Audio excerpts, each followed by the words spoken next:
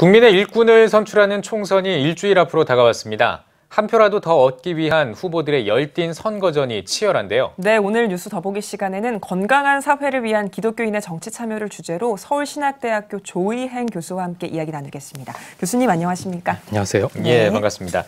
자, 이제 투표하는 날이, 그러니까 선거가 이제 다음 주인데요. 매 선거 때마다 투표일 얘기가 나오잖아요. 근데 이제 이 투표를 하는 날을, 이 선거 날을 그냥 달콤한 휴일로 생각하시는 분들도 많이 계신 것 같습니다. 이 소중한 한 표를 행사하는 선거 왜 중요한지 그 중요성에 대해서 좀 짚어주시죠. 일단 우리나라 헌법에 대해서 먼저 말씀드려야 될 것 같은데 헌법이라는 것은 국가가 작동하는 체계라든가 국민의 기본권을 문서로서 정해놓은 가장 중요한 그런 국가의 문서라고 할 수 있습니다. 네. 특히 그 첫머리에는 대한민국은 민주공화국이고 그 주권은 국민에게 있으며 그 권리 또한 국민으로부터 나온다라고 되어 있습니다. 그렇기 때문에 선거에 참여하는 그 투표 행위는 국민이 국정의 주체인 그런 사람으로서 참여하는 굉장히 중요한 의의를 가지고 있다고 볼 수 있겠습니다. 다만 이제 고대 그리스와는 달리 모든 사람이 국정에 참여할 수는 없는 것이기 때문에 간접적으로 우리 대표자를 뽑아가지고 그 대표자를 통해서 우리의 민의를 반영하는 것이 즉 대의민주주의죠. 자, 그러한 대의민주주의를 통해서 우리나라 민주주의를 제대로 작동시키기 위한 하나의 행위라고 볼 수 있을 것 같습니다. 네. 특별히 이번 국회의원 선거는 지난해 말에 선거법 개정이 있고 나서 이제 치러지는 총선인지라 여러 가지 혼란스러운 점도 있을 것 같고 또 주목해서 봐야 할 것도 있을 것 같거든요. 어떤 것들이 있을까요? 일단은 21대 국회의원 선거가 준연동형 비례대표제를 채택하는 이제 최초의 선거이기 때문에 상당히 이제 정치 실험이라고도 볼 수 있을 것 같습니다. 준연동형 비례대표제 취지는 이제 거대 정당의 성향이라든가 의제가 미치지 못하는 그러한 그 소수 의견을 적극적으로 반영하기 위해서 군소정당 혹은 미니정당이 그러한 것들을 대변해주기 위한 하나의 그 제도적인 장치라고 볼 수 있을 것 같습니다. 현재 우리나라에서 약 300석이 국회의원 의석인데 그중에서 비례대표가 47석.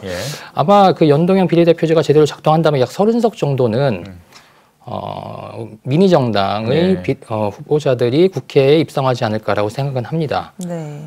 특히 이제 주목해야 될 점은 이 연동형 비례대표제를 통해서 약 3%의 정당 투표율을 확보를 한다면은 한 석이 아니고 3~4석 정도는 국회의원의 의석을 충족할 수 있습니다. 물론 그 계산법에 대해서는 저도 굉장히 복잡하기 때문에 이 짧은 시간에 말씀드릴 수 없지만 그것으로 인해서 변화하게 될 그러한 그 국회의 모습을 본다면은 만약에 3% 이상 지지를 받은 정당, 미니 정당들이 한 3~4곳이 생긴다면은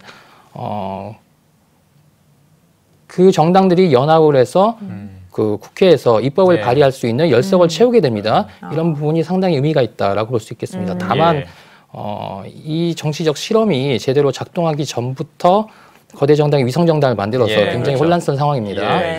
따라서 제가 드릴 수 있는 말씀은 이제 여러분들께 배달된 그 공식 선거 유인물들을 잘 참조하셔서 본인의 정치적 성향, 국가, 지역 그리고 정책 등을 잘 판단하셔서 투표하시라라는 정도만 말씀드릴 수 있을 것 같습니다. 알겠습니다. 뭐 선거법도 개정이 됐고 또 이제 선거 연령도 조정이 되면서 학생들도 이제 투표에 참여할 수 있잖아요. 어떤 영향이 있을 거라고 보십니까? 선거 연령 하향 조정을 통해서 만 18세, 즉 쉽게 얘기해서 이번 같은 경우는 2002년 4월 16일 이전 출생자 고3 학생의 일부가 이번 그 선거에 참여할 수 있게 되었습니다. 사실 이 부분이 이제 법 개정 당시부터 좀 논쟁이 있었던 것이 사실인데 찬성하는 입장에서는 OECD 국가 중에서 만 18세가 정치 참여를 못하는 것은 우리나라밖에 없다. 운전면허도 딸 수 있고 공무원도 될 수 있으며 심지어 결혼까지 할 수 있는데 왜 투표에 참여할 수 없게 하느냐라는 의견이 있었고 반대하는 쪽에서는 입시 위주의 교육을 통해서 우리나라 청소년들이 제대로 된 정치 인식을 갖추지 못한 상황에서 더군다나 이제 민법상 미성년인데 투표권을 주는 것이 온당하냐라는 의견이 있었습니다. 물론 그 이면에는 각 당의 이해득실이 있었던 것도 무시할 수는 없을 겁니다. 다만 이왕 이렇게 법이 개정이 됐기 때문에 우리가 이제 고민해야 될 거는 어떻게 학교 일선 교육 현장에서 정치 시민 의식을 함양시킬 수 있는지 그러한 뭐 제도적 그런 환경을 만들어주는 것이 이제 중요한 우리의 과제라고 볼 수 있지 않을까 생각됩니다. 네. 예.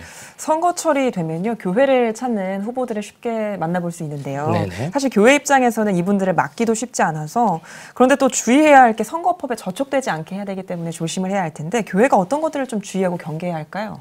일단은 이제 공직선거법에 대해서 말씀드리면 이제 공직선거법이라는 것은 선출직 공무원을 뽑기 위해서 규칙을 마련한 것이고 궁극적으로 민주적이고 공정한 경쟁을 위해 올바른 정치 환경을 조성한다라는 그 취지로 만든 것입니다. 이 취지에 맞추어 가지고 교회 역시 기독교인들 역시 잘 따라야 되는데요.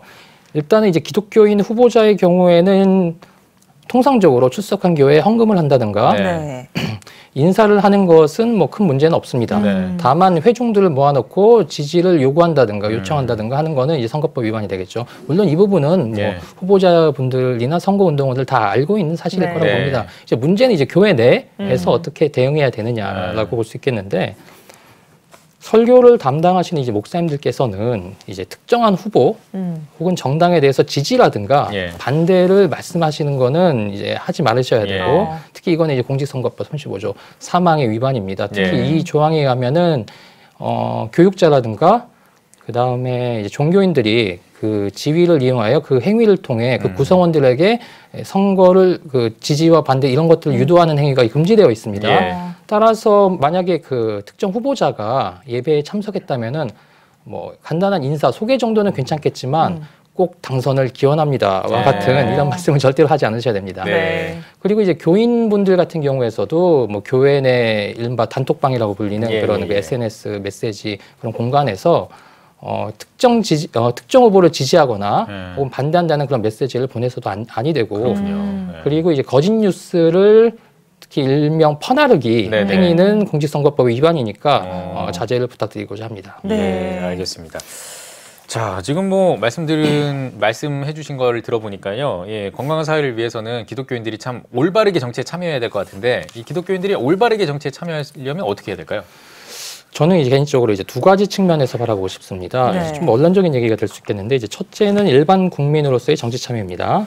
기독교인 또한 대한민국 국민으로서 적극적으로 올바른 민주국가가 운영되도록 직간접적으로 이제 투표를 통해서 참여하는 것, 이것이 가장 중요하다라고 볼 수 있는데, 투표 못지않게 중요한 것이 투표를 하고 난 다음에 당선된 그런 정치인들이 올바로 정책을 운영하고 있는지 그런 것들을 제대로 감시하는 것, 이것이 역시 이제 국민으로서 중요한 일이라고 볼 수 있고, 두 번째는 신앙인으로서 어떻게 정치 참여를 해야 되느냐라고 볼 수 있는데, 보통 민주주의 꽃을 이제 선거라고 하는데 선거는 항상 당선자와 낙선자를 가르는 그러한 결과를 나타냅니다. 그렇기 때문에 민주주의의 꽃인 선거의 결과는 항상 결과의 승복, 이건 역시 중요한데, 이제 올바른 신앙인의 입장은 본인이 누구를 지지했느냐, 어떤 정당을 지지했느냐 이거 관계없이 올바로 그들이 국정을 운영할 수 있도록 기도해 주는 것, 이것이 중요하지 않을까라고 저는 개인적으로 생각합니다. 또 특별히 반성경적인 문화가 확산하고 있는 상황에서 기독교인들과 교회는 어떤 역할을 해야 하느냐, 이런 의견도 있거든요. 어떤 제언을 좀 해주시겠습니까? 사실 기독교인들뿐만이 아니고 많은 국민들이 뭐 자살의 증가라든가 뭐 동성혼 뭐 이런 것들에 대해서 이제 부정적인 인식을 갖고 있는 것 같습니다. 저는 개인적으로 이제 극단적인 개인주의와 자유주의의 확산이 인권이라는 이름으로 포장이 돼가지고 이런 것들을 정당화시키는 것이 아닌가라는 이제 생각을 해보게 되는데, 더군다나 이제 곤혹스러운 점은 이제 기독교 문화권의 중심이라고 할 수 있는 뭐 유럽이라든가 이제는 미국에서조차 이러한 그 추세가 확산을 넘어 정착이 되고 있다는 사실입니다. 심지어 가장 보수적인 미국 군대에서조차 이제 동성혼을 인정하기 때문에 이제 기독교인들로서는, 우리로서는 이제 곤혹스러울 수밖에 없다라고 생각합니다. 그러면 이런 사태, 이런 추세에 어떻게 대응해야 되느냐가 문제가 될 수 있겠는데, 보다 좀 세련된 그런 논리, 물론 성경에 기반해야겠죠. 신앙과 성경에 기반한 세련된 논리를 개발하고 같은 입장을 가진 기타 사회단체와 공동으로 뭐 캠페인을 진행하는 것, 이런 것들이 중요하다라고 볼 수 있겠는데, 저는 개인적으로 이러한 시대에는 더욱더 교회의 교육적 역할이 중요하다. 특히 요즘 이제 젊은 층들은 자유에 대해서 조금 오해하고 있는 것이 아닌가라고 생각은 합니다. 이를테면은 이들이 생각하는 자유는 해방, 뭐 이를테면은 내 몸의 자유는 나의 것이다. 나의 마음대로 할 수 있는 것이다 라고 생각은 하는데 진정한 의미의 자유는 인간은 사회적 존재이기 때문에 공동체 내에서 보존해오고 이제 계승해야 될 그러한 질서 속에서 내가 어디서부터 어디까지 그 한계를 분명히 아는 것, 즉 자유라는 것이 주어지는 것이 아니고 그 역량을 배양해 나가는 것이라고 생각을 합니다. 따라서 이제 교회는 이런 젊은 층과 청소년들에게 이런 것들을 어떤 식으로든 좀 제대로 가르쳐야 될 책임, 그 책무가 막중해졌다고 볼 수 있을 것 같습니다. 네, 자유에는 책임이 따르니까요. 그럼요. 예. 자, 건강한 사회를 위해서 교회는 또 어떤 역할을 해야 될지 말씀을 이어주시죠. 구체적으로 제가 한국 교회의 뭐 정치적 지향점 이런 것들을 말씀드리는 것은 뭐 적절하지 않은 것 같고요. 이제 몇 가지 사례를 통해서 제가 말씀드리고자 하는 건데 이제 첫째는 프랑스인으로서 귀족 출신으로 훗날 외무장관까지 했던 알렉시스 토크빌이라는 인물이 있습니다. 이 분이 관료 시절 미국을 방문해서 미국의 민주주의라는 책을 썼는데 거기에는 미국의 법이라든가 행정, 정치 시스템 이런 것들이 굉장히 잘 묘사되고 있습니다. 하지만 이해 못지않게 많은 부분을 할애한 것이 바로 기독교에 대한 내용인데 토크빌의 관찰로서는 미국의 기독교가 신생국가인 미국의 거대한 정치 실험실에서 민주공화정이 제대로 작동할 수 있게끔 작용하고 있다라고 보았습니다. 특히 이제 재밌는 구절이 있는데요. 이 토크빌이라는 인물이 미국을 방문했을 당시가 바로 미국의 서부 개척 시대가 막 시작되는 그 시점입니다. 근데 당연히 유럽으로부터 많은 이민자들이 서부로 개척하면서 정착하기 위해서 이게 많이 모여들었는데요.